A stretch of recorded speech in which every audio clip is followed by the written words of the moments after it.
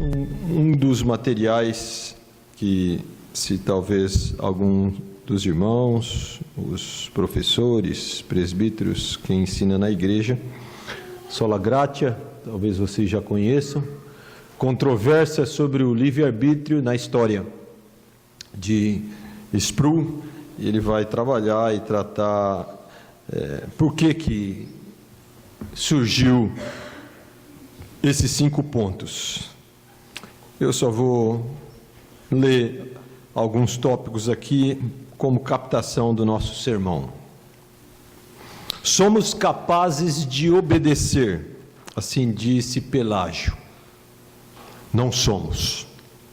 Somos incapazes de obedecer. Somos incapazes. Agostinho.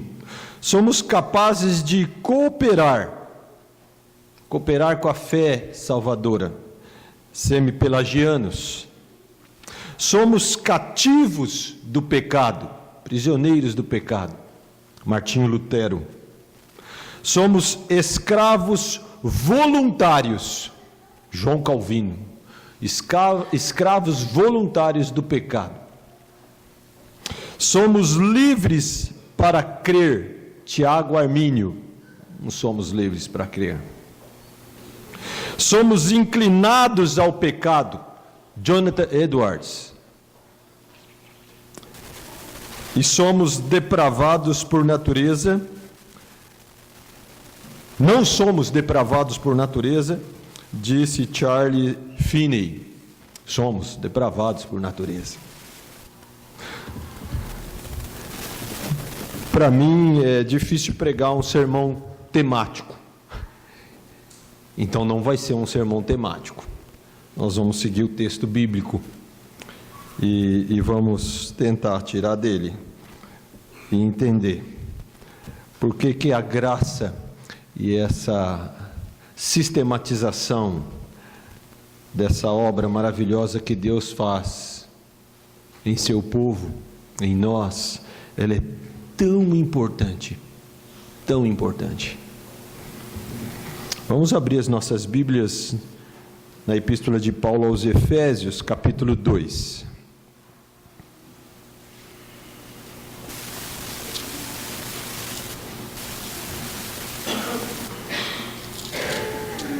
Sermão temático é que você pega um tema e você discorre a Bíblia toda com ele. Quem talvez nunca ouviu falar. E o sermão textual é aquele que você fica no texto. É claro, pode recorrer a outros textos para afirmar o seu texto. Já adiantando também, talvez tenha aqui amigos, irmãos, que talvez possam não compreender o que vamos colocar aqui, o que a palavra de Deus coloca aqui, só vamos retransmitir. Mas fique em paz, é assim que nós éramos, e é assim que ainda somos, e que se não fosse a graça, como diz os cânticos aqui, dos meninos, as meninas aqui, se não fosse a graça, nós estávamos perdidos e mortos.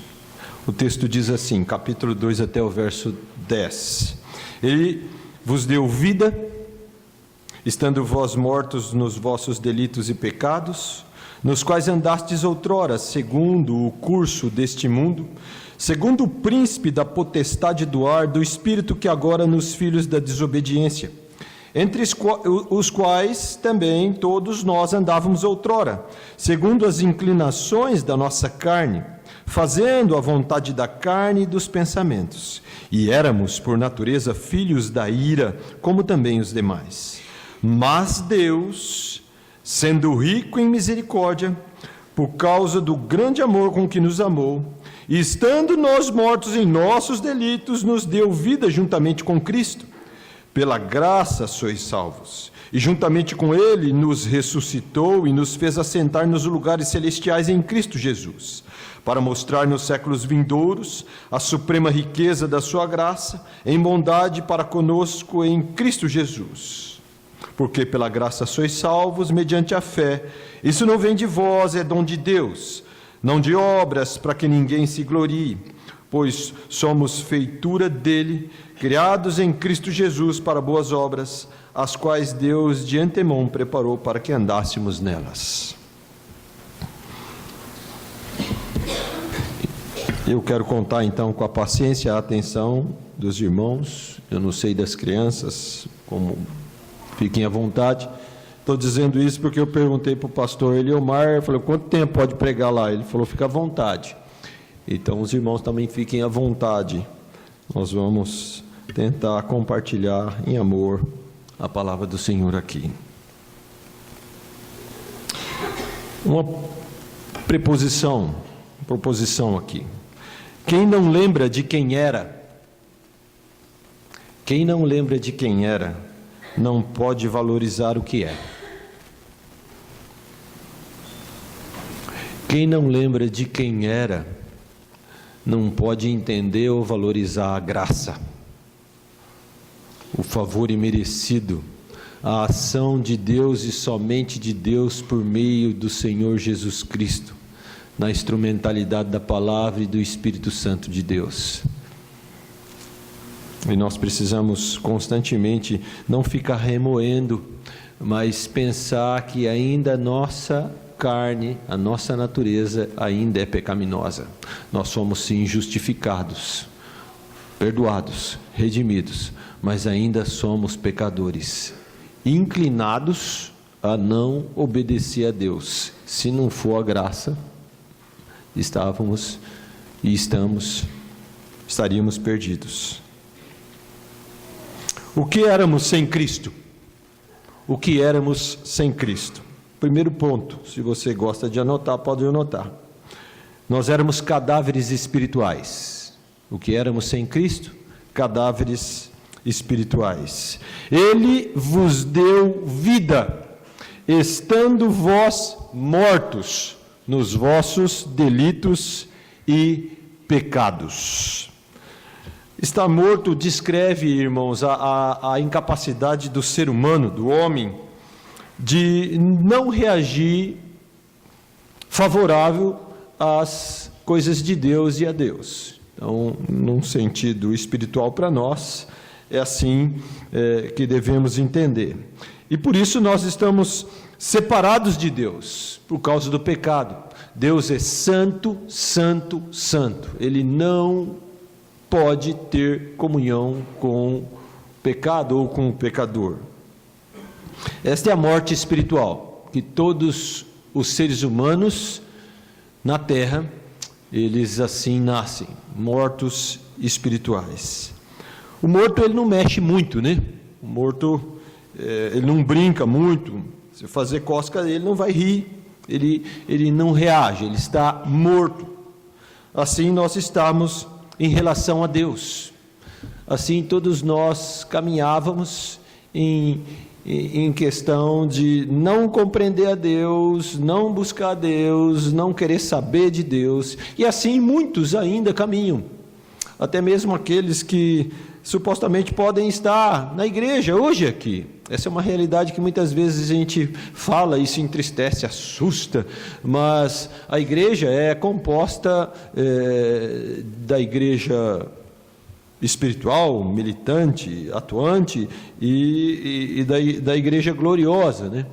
Na igreja também existe o trigo e o joio, bodes e ovelhas, e assim é composta a igreja. Nós não vamos conseguir fazer muito diferente do que a própria Bíblia descreve quem é a igreja. Daí muitos daqueles que eu e você podemos conhecer há anos, não sai nada dali. Não é verdade, irmãos? Não dá frutos, não muda, tem o jeitão, a característica, o tipo de cristão, de crente, de presbiteriano, seja o que for, mas não há essa alegria que os cânticos colocaram aqui, alegria de exaltar, de glorificar e de viver para a glória de Deus e assim frutificar para a honra e glória do Senhor. Ainda pode estar morto espiritualmente. Esse era então o estado daqueles irmãos em Efésios, também era o estado de todos nós. E Paulo tinha que lembrá-los disso, para que eles pudessem agora valorizar a vida que eles tinham em Cristo Jesus. Ele vos deu vida, estava morto, vos deu vida. Vida não mais para serem escravos do pecado.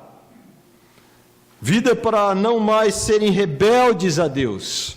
Vida para não deixarem de compreender toda a bendita, santa vontade de Deus para a vida deles.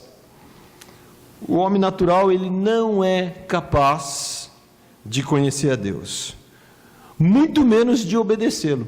Daí aqueles seus amigos na escola, vizinho e tantas outras pessoas, boas pessoas, não podemos julgar na bondade humana, mas eles não são capazes de compreender por que você é crente, por que você está aqui hoje na igreja, por que você entende, aceita e obedece que o domingo é o dia de estar aqui louvando, glorificando a Deus, por que você lê a Bíblia, por que você ensina para os seus filhos que não pode isso e aquilo, que é para a glória de Deus, senão fica obediência robótica.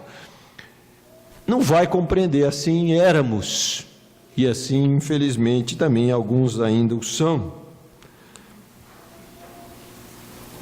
Quanto mais os homens aprendem a ver a dimensão real de sua condição de perdidos, de mortos espirituais, tanto mais eles vão apreciar, valorizar a graça redentora, transformadora, bendita, que vem por meio do Senhor Jesus, de crer nele, de confiar nele, de aceitá-lo, de andar nos seus caminhos, de obedecer a sua palavra, a todos os seus preceitos, de viver, proclamar, anunciar o seu evangelho. Só quando nós olhamos e lembramos quem éramos, e ainda temos a possibilidade de ser, porque não é de tudo e de todos que nós obedecemos a Deus em tudo e em todas as coisas, não é verdade?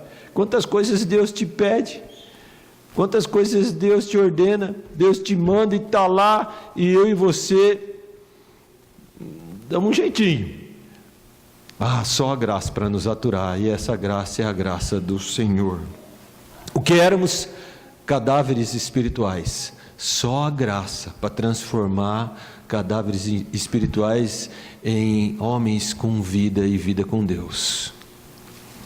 O que éramos? Cidadãos do mundo, verso 2, nos quais andastes outrora segundo o curso deste mundo, segundo o príncipe da potestade do ar, do espírito que agora atua nos filhos da desobediência.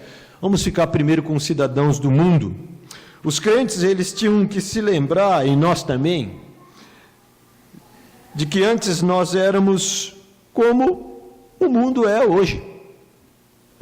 Ou seja, antes nós vivíamos e andávamos de conformidade com o padrão, o gosto, o jeitão, o estilo, a motivação do mundo.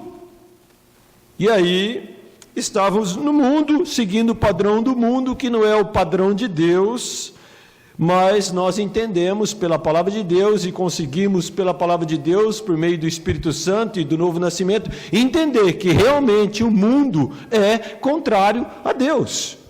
O governo do país e todo o governo é contrário a Deus. Muitas das leis são contrárias a Deus. O estilo de vida, de consumo, de divertimento, de alegria, de entretenimento, o que for, é contrário a Deus. A educação que esse mundo dá ao seu filho, mãe e pai, lá na escola, é contrária a Deus.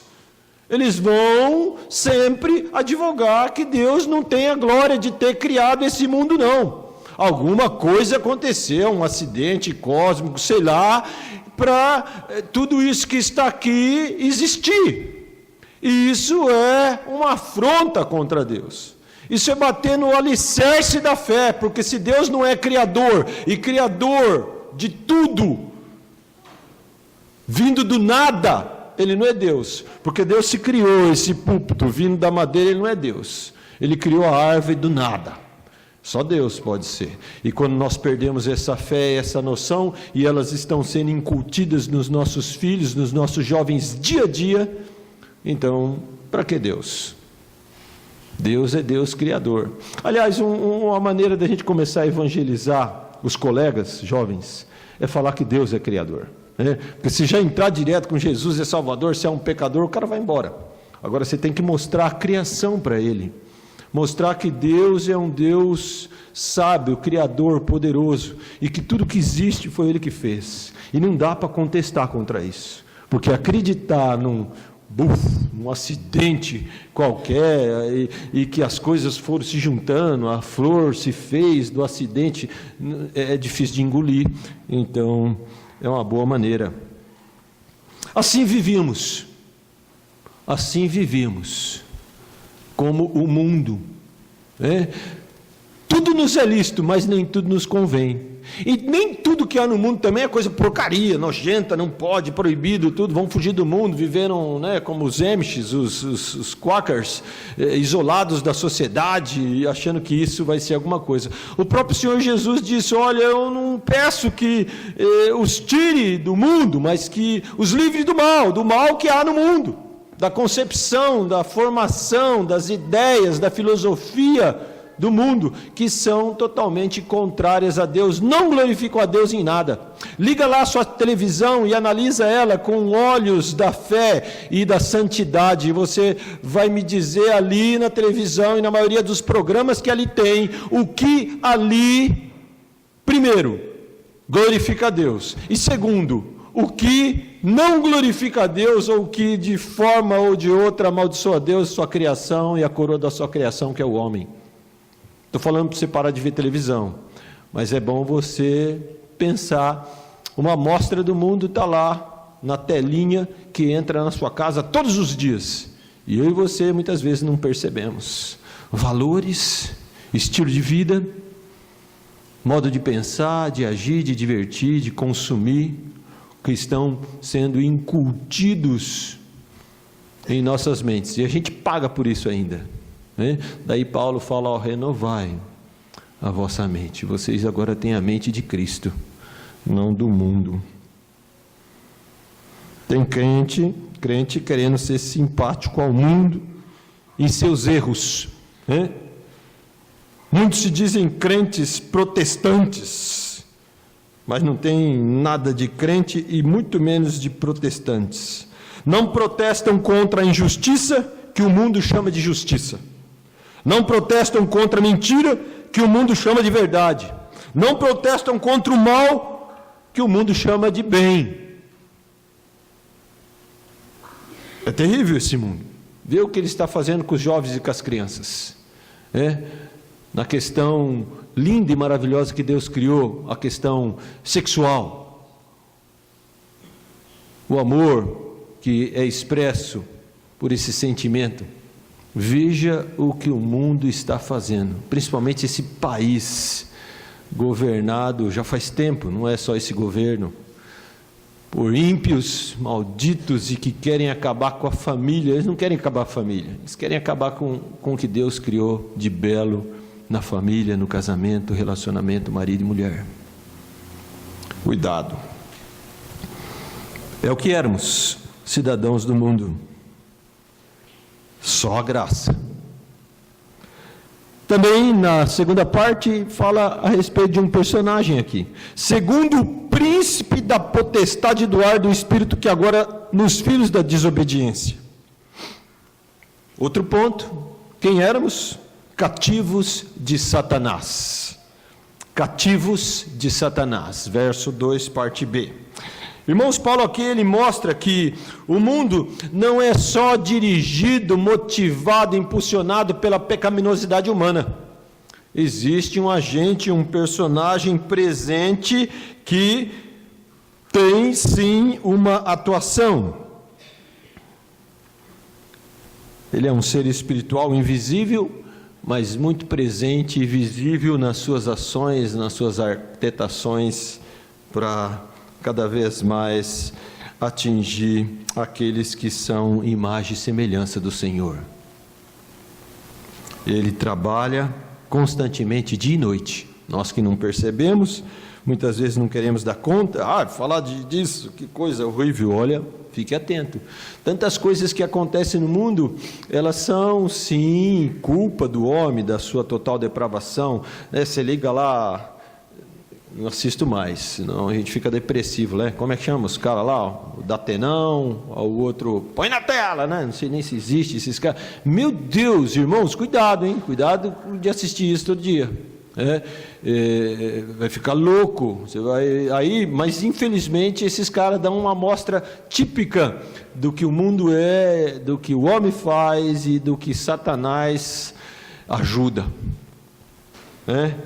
Satanás aqui com o título de príncipe.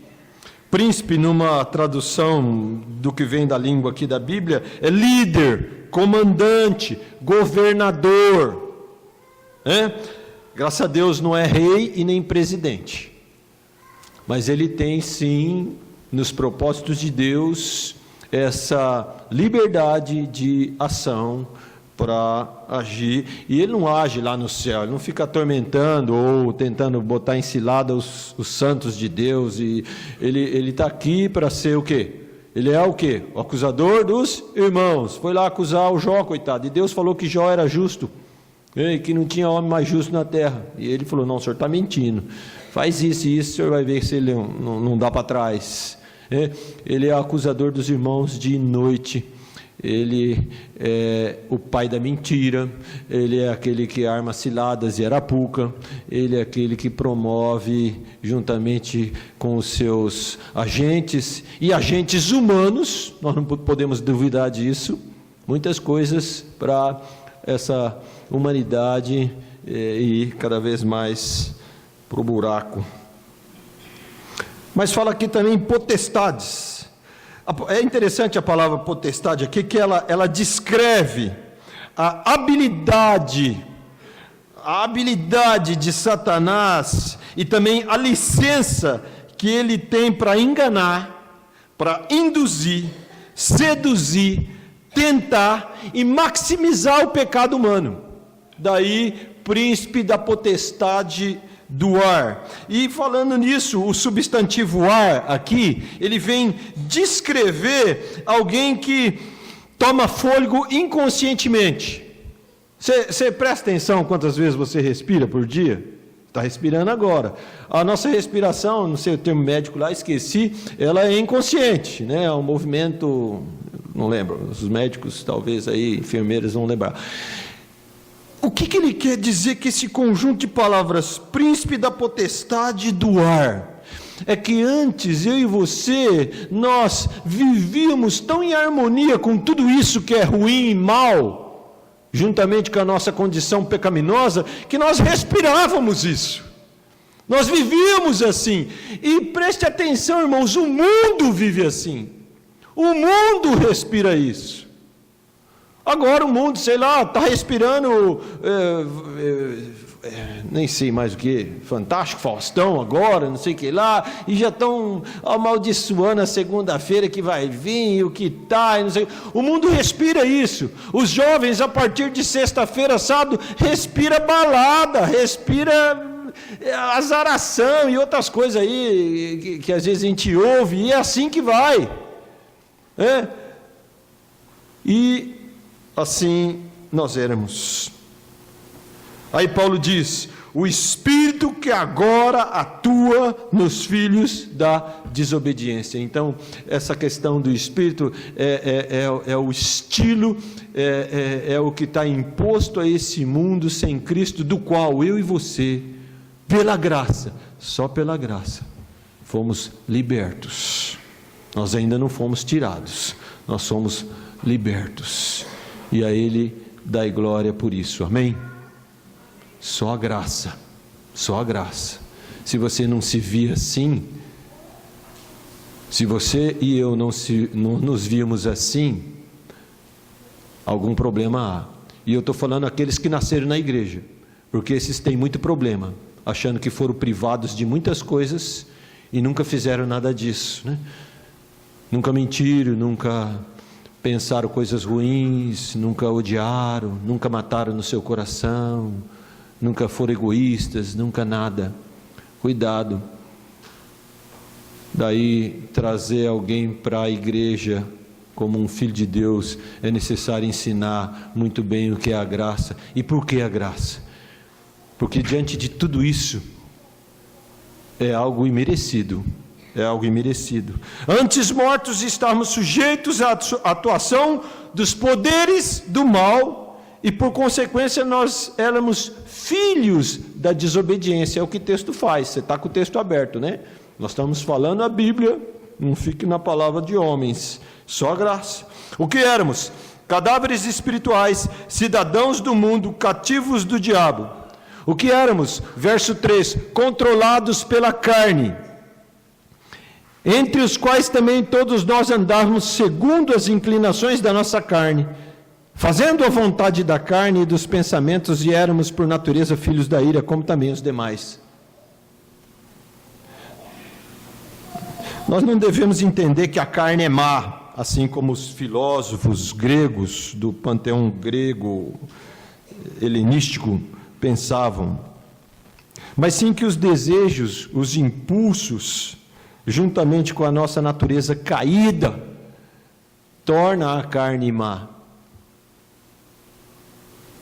E a nossa carne quer sempre manifestar o padrão dela, não os padrões de Deus. Quer obedecer aos desejos dela, não a Deus.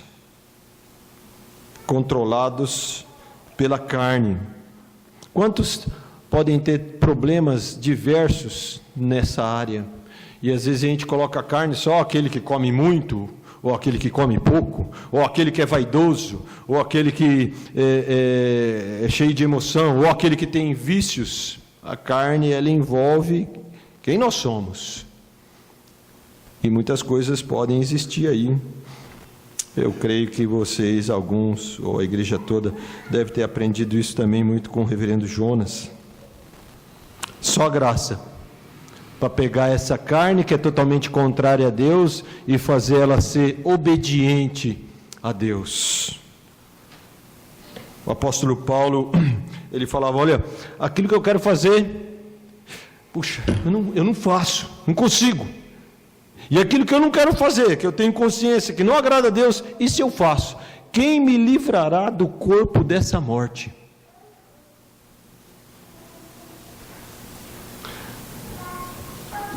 Diante disso, qual era o nosso merecimento? Qual era o nosso merecimento? Verso 3 vai dizer lá no final, né? Filhos da ira, como também os demais, condenados pela ira de Deus, aqueles que provocam a ira de Deus sobre eles. Nós estamos nesse quadro, nessa família. Nós estamos condenados pelo próprio Senhor, sem chance nenhuma. Significa que nós estamos caminhando desesperadamente, pontualmente, assertivamente para a condenação eterna. Isso também parece ser um outro assunto que não se fala na igreja, né? A cruz de Cristo só se fala no Páscoa, né? Os púlpitos, a cruz parece que está cada vez mais distante. Falar de pecado então não agrada, não vai manter as pessoas dentro da igreja. Mas é por causa disso que nós somos chamados cristãos. É por causa disso que o Senhor Jesus veio. É por causa disso que o Senhor Jesus morreu. Não foi para nos dar a vida alegre e feliz simplesmente. Foi para nos salvar da ira. Porque nós estávamos mortos em nossos delitos e pecados e totalmente contrários a Deus e sem chance nenhuma de mudar essa situação. Só a graça. Só a graça que é irresistível, onde o Senhor, na sua soberana escolha, no seu amor infinito, nos tomou dessa situação e nos fez seus filhos, seus servos, seus súditos.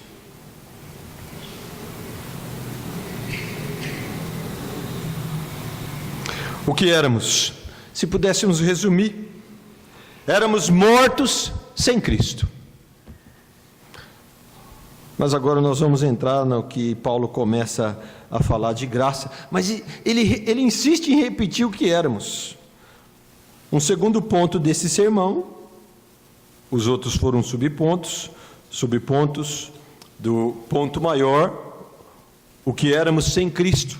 E agora nós vamos ver o que Deus fez por nós em Cristo. O que Deus fez por nós em Cristo. Então guarde na memória, nós éramos tudo aquilo, e éramos mesmo, e ainda numa certa medida o podemos ser, se não estamos caminhando ou desejando ou nos esforçando em desenvolver a nossa salvação, que é o processo de santificação, que toda a igreja e todo cristão deve buscar. O que Deus fez por nós em Cristo. Verso 4 e 6, mas Deus, graças a Deus pelo mas Deus, sendo rico em misericórdia, por causa do grande amor com que nos amou, e estando nós mortos em nossos delitos, nos deu vida, juntamente com Cristo, pela graça sois salvos. E juntamente com Ele nos ressuscitou, e nos fez assentar nos lugares celestiais em Cristo Jesus. Mas Deus, duas palavras aqui de grande significado na Bíblia, né? Antes éramos cadáveres espirituais, incapazes, morto não reage, incapazes de reagir favorável a Deus, às leis de Deus, ao chamado de Deus, à obediência a Deus, à palavra de Deus, à igreja de Deus. Éramos cidadãos do mundo, mundanos no nosso agir e no nosso pensar. Éramos cativos de Satanás, que sempre vem aumentar o nosso potencial para o pecado.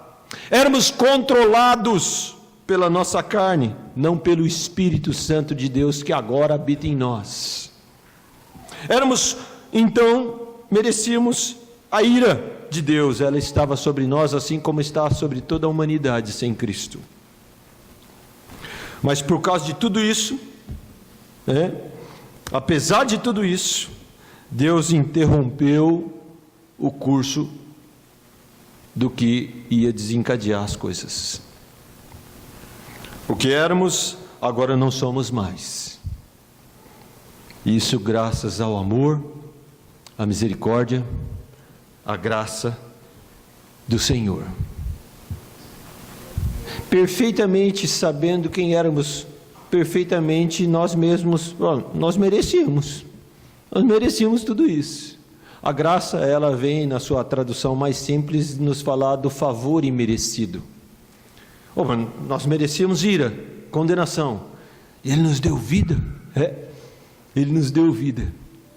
Esse é o amor de Deus, que eu e você não conseguimos explicar.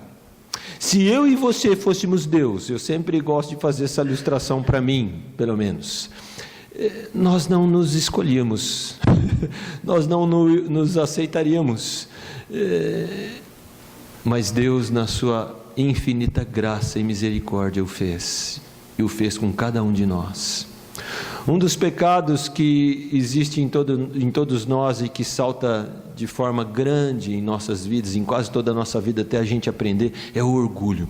A gente acha que a gente é alguma coisa, a gente acha que a gente merece alguma coisa, e a gente ainda se esforça e faz por onde para pagar aquilo que é impagável, aquilo que foi de graça, aquilo que foi imerecido. Aí a gente tem o risco de viver na religiosidade, não na graça. Está cheio de irmãos crentes religiosos, não salvos pela graça, mas vivendo numa performance para pagar, ou para dar manutenção, ou para justificar por que Deus me salvou. Como eu sou bom. Isso pode estar incutido sutilmente nos nossos corações e mentes. Cuidado, isso é roubar a glória de Deus, e não é valorizar a graça. Por isso que eu prefiro lembrar de quem eu era, do que ainda eu posso ser, e só a graça do Senhor que me basta para eu não ser o que eu era. Amém? Mas o que Deus fez, sua misericórdia, que é parte do seu caráter, a misericórdia, ela vem descrever que nós não recebemos o que merecíamos, condenação e morte. Daí Deus é rico, abundante em misericórdia, no sentido que ela foi muito mais na minha vida e na sua do que o pecado foi e é na minha vida e na sua. Onde abundou o pecado, superabundou a graça. Outra parte do caráter de Deus é o seu amor. Esse é o grande atributo fundamental de Deus. João, o apóstolo amado, na sua epístola, primeira epístola, capítulo 4, verso 9 e 10, eu leio: nisto se manifestou o amor de Deus em nós, em haver Deus enviado seu Filho ao mundo para vivermos por meio dele. Nisso consiste o amor, não em que nós tenhamos amado a Deus, mas em que Ele nos amou e enviou seu Filho como propiciação pelos nossos pecados. Esse é o amor de Deus manifesto em Cristo Jesus. Irmãos, o amor de Deus, ele não foi baseado no fato de que eu e você merecíamos alguma coisa. O amor de Deus foi baseado no seu amor, que nós não conseguimos compreender. Porque Deus me amou? Porque Deus me ama? Porque Deus insiste comigo? Porque Deus não desiste de mim? Porque Deus quis me transformar?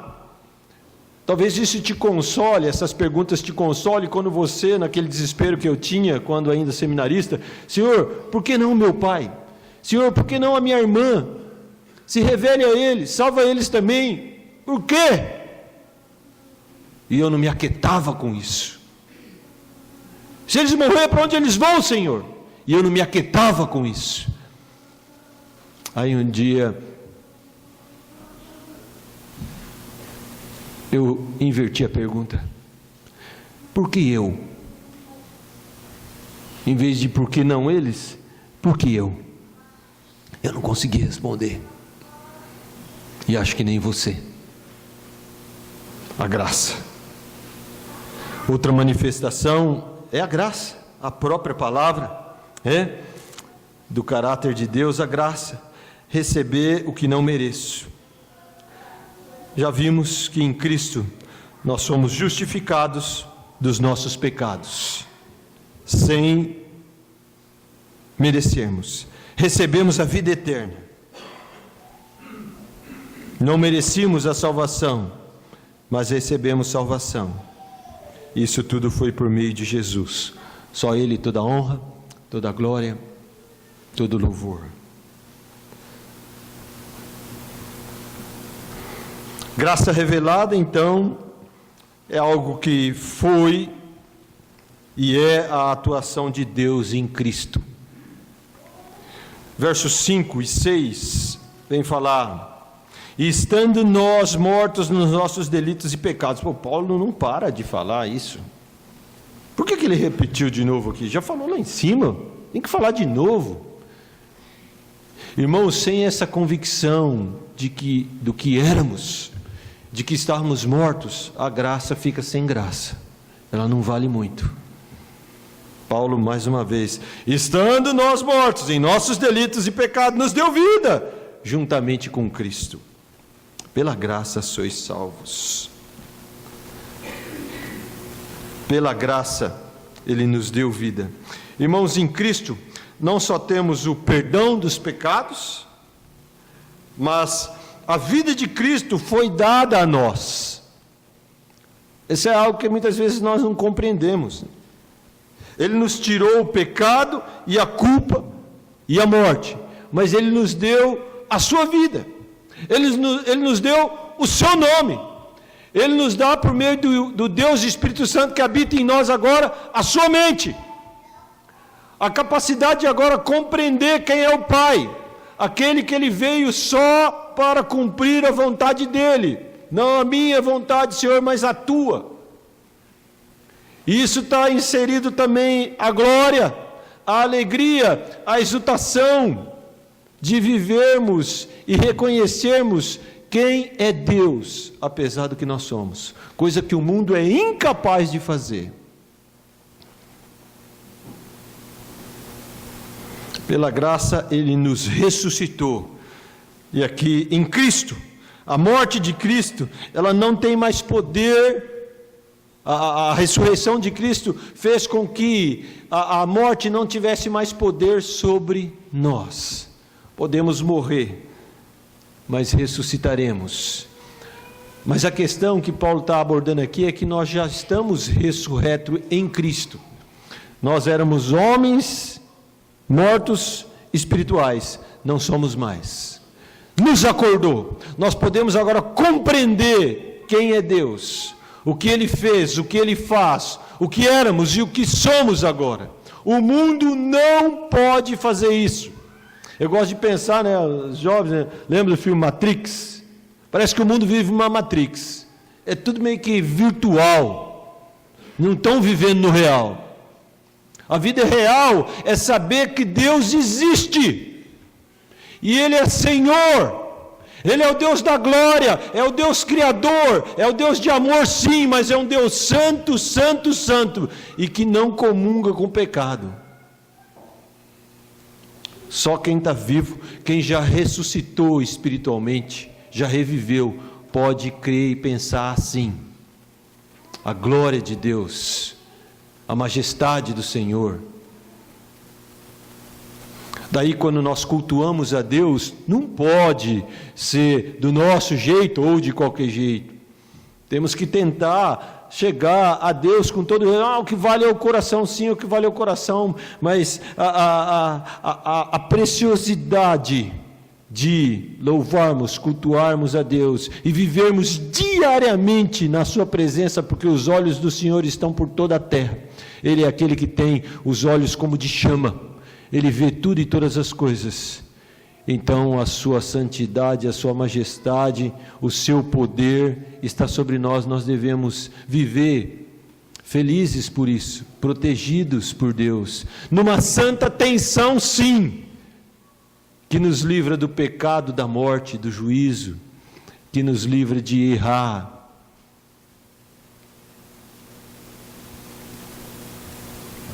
Aqui fala o texto também que nos fez assentar nos lugares celestiais. A pergunta, nós já estamos sentados com Cristo? Ou é um evento que vai acontecer no futuro? Aqui as palavras é presente e presente contínuo. Fala, nos fez assentar, já estamos e vamos continuar sentados. O que isso quer dizer? Eu creio que essa afirmação, ela também está correlacionada aí com o texto de Colossenses, capítulo 3, verso 1 e 3. Diz assim: portanto, se fostes ressuscitados juntamente com Ele, buscai as coisas lá do alto, onde Cristo vive, assentado à direita de Deus. Pensai nas coisas lá do alto, não nas que são aqui da terra, porque morrestes, e a vossa vida está oculta, juntamente com Cristo em Deus. Nós já somos cidadãos do céu, só não estamos lá. Não precisa falar isso para os outros, e não precisa se vangloriar disso não. Isso é para baixar nossa bola e para fazer com que a nossa vida cristã, de santidade, para o louvor e glória de Deus, seja mais pontuada.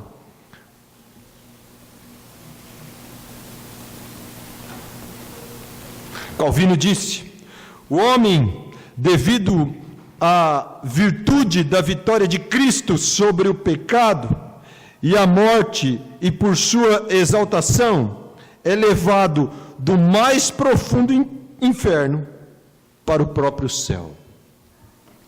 Em Cristo, quando eu e você cremos, confiamos, nós nos tornamos cidadãos dos céus. os peregrinos aqui na terra. O peregrino não comunga com as coisas do habitante da terra. A pátria dele é outra.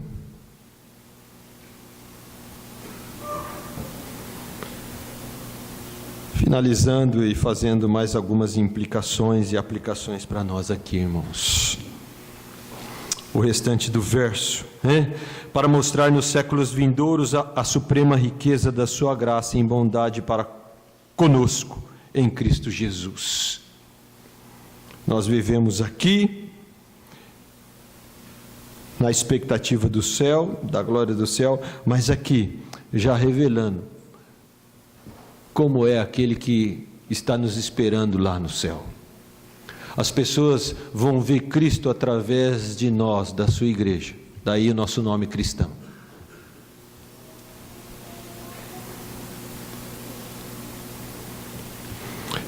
Verso 8. Porque pela graça sois salvos mediante a fé, isso não vem de vós, é dom de Deus, não de obras para que ninguém se glorie. Pois somos feitura dele, criados em Cristo Jesus, para as boas obras, as quais Deus de antemão preparou para que andássemos nelas.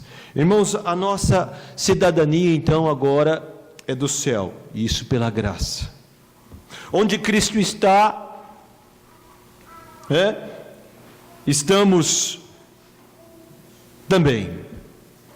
A igreja aqui na terra é a apresentação de Cristo ao mundo. E aqueles que ainda vão crer, e ao mundo que não crê. Nós não estamos mais no jugo das imposições do padrão do mundo. O mundo que jaz no maligno, o príncipe desse século. Paulo vai falar também, o Senhor Jesus vai falar o Deus desse século. Nós não estamos mais nesses limites de cativeiro. Assim, nós não temos mais que nos conformar aos padrões do mundo. Jovem, não queira imitar o mundo e as modas aí. Meninas, pelo amor de Deus, tenham padrões crentes, com toda a liberdade. Não vai andar como uma caipira e nada disso, mas não abuse. Homens também, não abuse.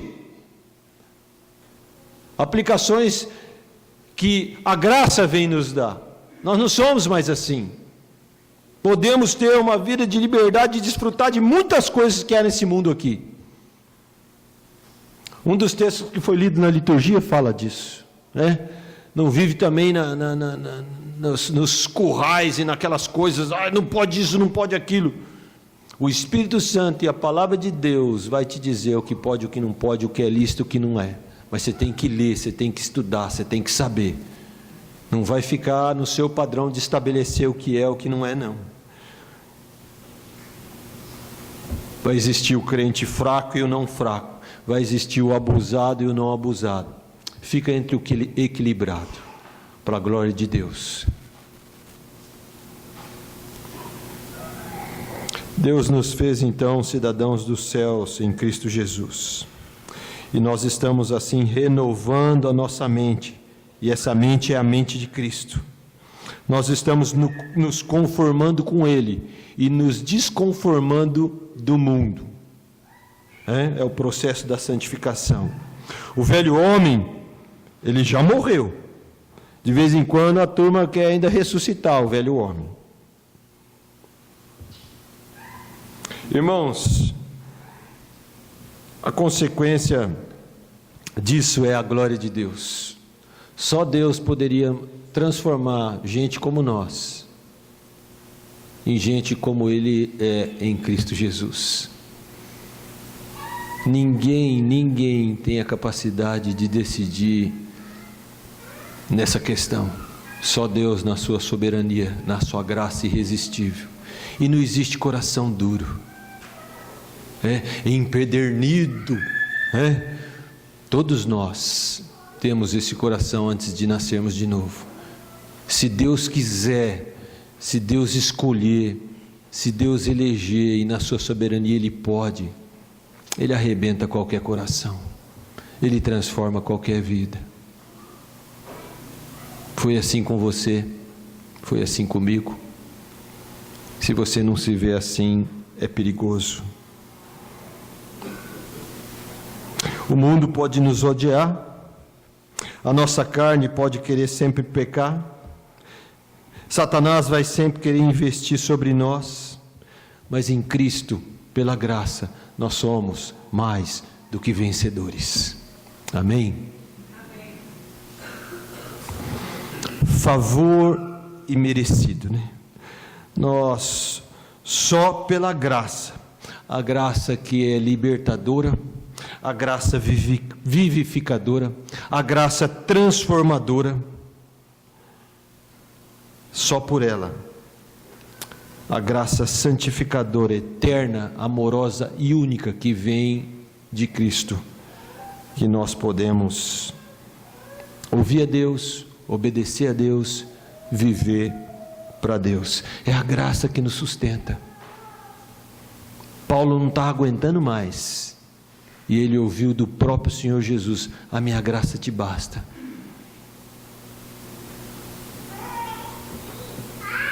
Tudo isso é para glorificar a Deus, a glória dele. A fé que temos vem dele, presente, dado por ele. Ninguém conquista a fé. Nada fizemos, nada poderíamos fazer para desfazer e fazer o que agora somos. Feitura dele, criados em Cristo Jesus para as boas obras, as quais Deus de antemão preparou para que andássemos nelas. Amém? Só a graça, só a Deus dai glória. Vamos orar.